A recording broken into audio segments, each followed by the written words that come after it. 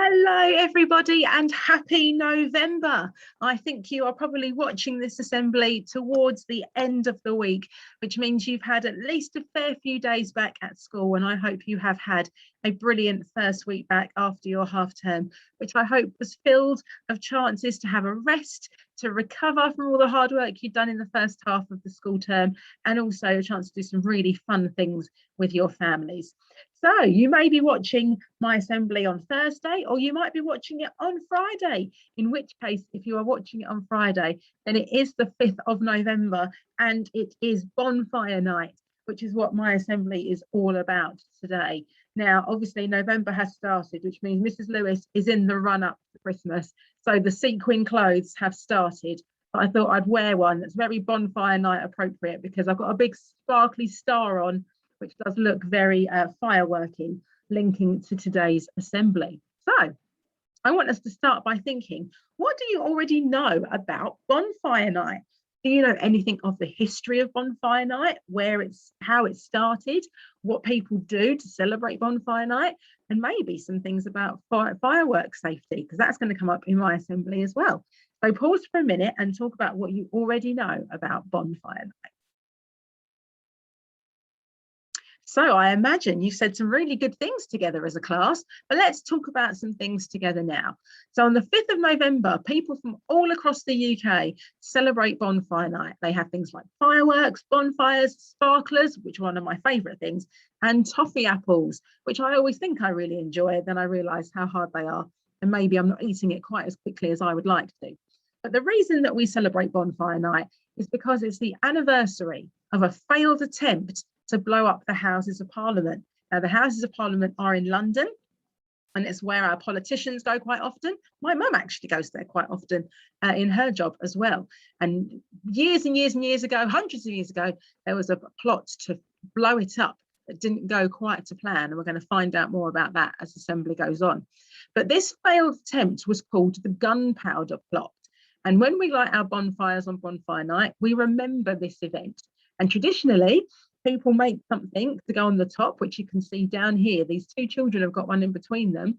They've got this man that's been made out of clothes and stuffing and all different bits. And we call that the guy. So this is the guy, and he represents the man who was kind of the leader and part of the plot, who was called Guy Fawkes. And he might have been someone you talked about with your partner at the beginning. So Guy Fawkes was part of the gunpowder plot all the way back in 1605. He wanted to blow up King James and his government. Now you're probably thinking, why would someone want to blow up the king? Well, it was all down to religion. So at the time, England was a Protestant country. There was still a Christian country, but there was almost two versions of Christianity. There was Protestant and there was Catholic. Now, this group of people wanted England to be Catholic again. And they thought that it would all change if King James and all of his ministers who were Protestant and believed in pushing through Protestant religion were killed. So Guy Fawkes and his group put 36 barrels of gunpowder into cellars underneath the Houses of Parliament, ready to set off this huge explosion. However, somebody sent a letter to his friend who worked at Parliament, wanting him to stay away because he didn't want his friend to be injured in all of this. So he told his friend about the plot. And obviously the king's supporters found out, they got hold of the letter and the plot was rumbled. So guards broke into the cellar where the gunpowder plotters were underneath waiting with all their gunpowder. And they were later arrested and executed for their crimes. So here is a picture here of Guy Fawkes. Can you see his barrels of gunpowder? And there he is pulling some along the way, ready to be lit. So they could make a trail of the gunpowder so they could get out safely, start the light it, and the trail would go and blow up all of those barrels, then blow up the entire Houses of Parliament. This is one of the pictures that was made. Now, you may, when you spoke to each other, talk about a poem that you may know. And this is it. It's one that kind of started all the way hundreds of years ago as well, but has carried on through time, a bit like Ring a Ring of Roses. So this one says, remember, remember the 5th of November, gunpowder, treason and plot. We see no reason why gunpowder treason should ever be forgot. You might want to press pause and say it together as a class for a moment. That could be something good to do. So have a look at these words here. So it's reminding us of the 5th of November, about that whole gunpowder plot. And the poem says, we see no reason why this should ever be forgotten. We need to remember that this happened. It was a significant event in the history of our country. So we should keep remembering it. And here you can see, these are just some of the group of the supporters that he had, part of the gunpowder plot. And here he is, old guy Guido Fawkes over here. And there's all different people got their labels on them as well. There's just some of the ones that are known and are named. And here you can see those are the Houses of Parliament. And on the 5th of November, there is a big fireworks display that happens around the Houses of Parliament, because fireworks are a big component of our celebrations. Fireworks are made with that gunpowder. And so that's how they represent the explosives that were used by all the plotters back in 1605.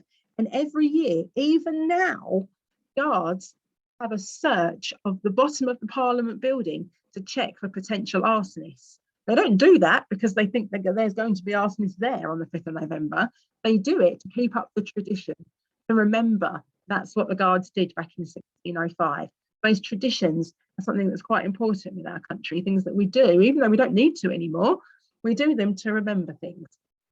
So that's what will happen on the Friday the 5th. The guards will go underneath Parliament and search to look for potential arsonists, just like they did back then. So obviously that's the backstory as to why we celebrate Bonfire Night.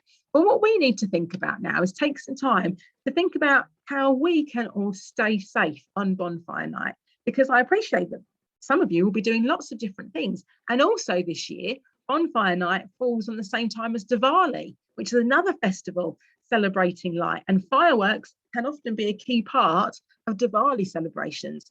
So think about, as a group, as a table, or with your partner, how can you stay safe on Bonfire Night? Now, here are some of the things, some ideas that I have found. Obviously, there are lots of things on the internet. There's some really good fireworks safety videos. And I think usually the fireman comes in and talks to us, doesn't he? And I'm waiting to see if he sends me the link for us to show the fire safety videos as well to all of you. But in case we don't get it on time, here are just a few things for us to remember. So wherever possible, it's really good for us to try and attend an organised display rather than us do it in our gardens. So you might have been to one on the seafront that happens every weekend for free. You might go to one at another school. I know that Hampstead do it and Haycroft do them. So you might actually go to a big display or down at East Beach to see one that's organised by somebody else, big professionals that put on huge displays. Never ever touch the fireworks. That's something that I know you all will have thought about really carefully. Never, never touch the fireworks. Even if they've not been lit, you as a child should never be touching them. And it is important that if you go to a bonfire, that you stand well back, because bonfires are really, really hot. The fire is really strong. And even by being close to it, you can feel the effects of that on your skin. So do not go near, stand well back. Now, especially never go near a firework if it has been lit, because you know that that is really dangerous. And also, if you're going to use sparklers, I do love a sparkler. Make sure that you use one sparkler at a time. Don't try and go two-handed. As much as it looks quite fun, it's not as safe. So use one sparkler at a time, and make sure that you are wearing gloves when you are holding a sparkler.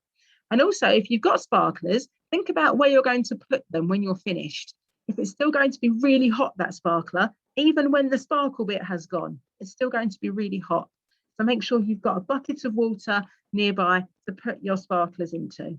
And if you have got pets, obviously, if you've got pets, you know really well to keep them indoors, because they're not always fans of fireworks. But also to be mindful if your neighbours have fireworks, have pets as well. Maybe go and knock on their door and just tell them you're going to set some fireworks off, and to keep their pets inside whilst you do it.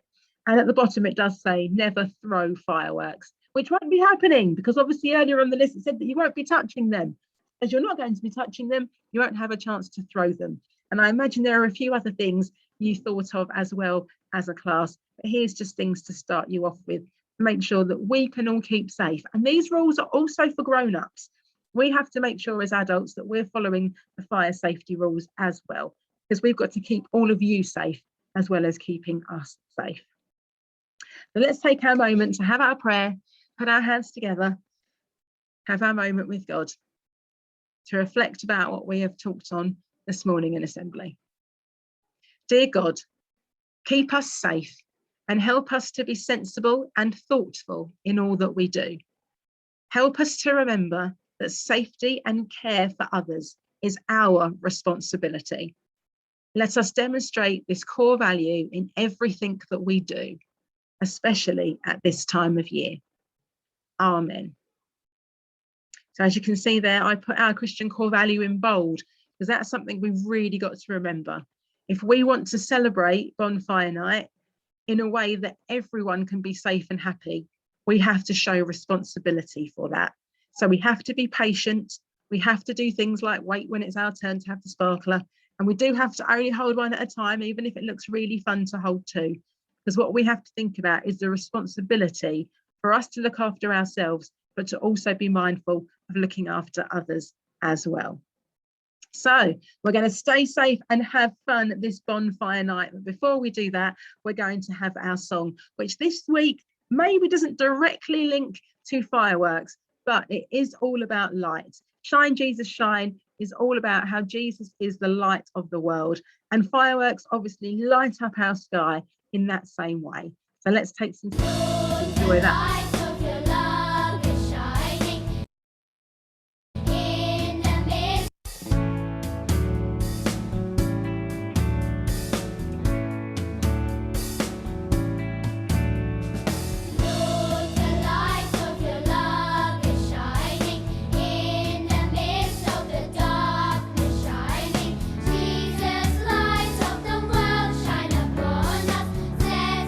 Free by the truth you now bring.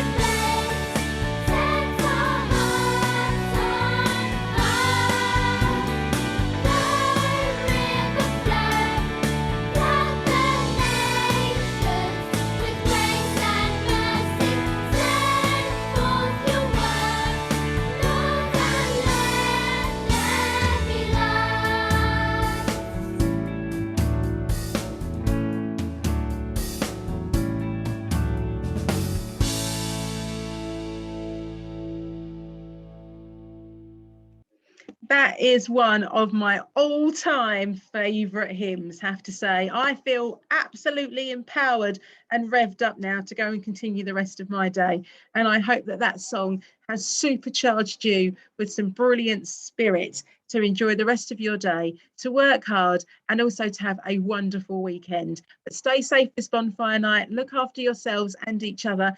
And if you are celebrating Diwali over this weekend, I wish you the most wonderful time as well. And I will see you all very, very soon.